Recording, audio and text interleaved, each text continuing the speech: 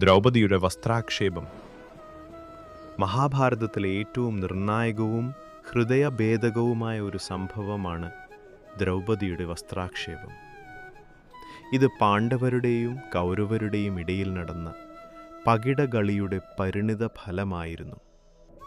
യുധിഷ്ഠിരൻ ധർമ്മിഷ്ഠനാണെങ്കിലും ചൂതുകളിയോടുള്ള ആസക്തി കാരണം തൻ്റെ രാജ്യവും സഹോദരന്മാരെയും ഒടുവിൽ ദ്രൗപദിയെയും പണയം വെച്ച് ദുര്യോധനനോട് കളിച്ചു.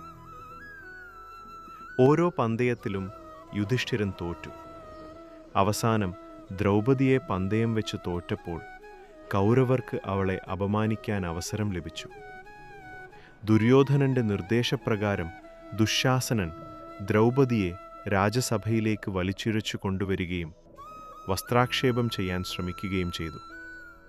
ദ്രൗപദി സഹായത്തിനായി ഭീഷ്മരെയും ദ്രോണരെയും ഉൾപ്പെടെ സഭയിലുണ്ടായിരുന്ന എല്ലാവരെയും നോക്കിയെങ്കിലും ആരും ഇടപെട്ടില്ല. അവസാനം അവൾ ഭഗവാൻ കൃഷ്ണനെ വിളിച്ചു പ്രാർത്ഥിച്ചു.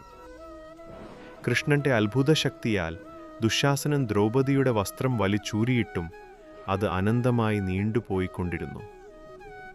ഒടുവിൽ ദുശ്ശാസനൻ ക്ഷീണിതനായി വസ്ത്രം വലിക്കുന്നത് നിർത്തി. ഈ സംഭവം പാണ്ഡവരെയും ദ്രൗപദിയെയും വല്ലാതെ വേദനിപ്പിച്ചു. ഭീമൻ ഈ അപമാനത്തിന് പ്രതികാരം ചെയ്യുമെന്ന് പ്രതിജ്ഞയെടുത്തു. ഈ സംഭവം കുരുക്ഷേത്ര യുദ്ധത്തിന് ഒരു പ്രധാന കാരണമായി മാറി.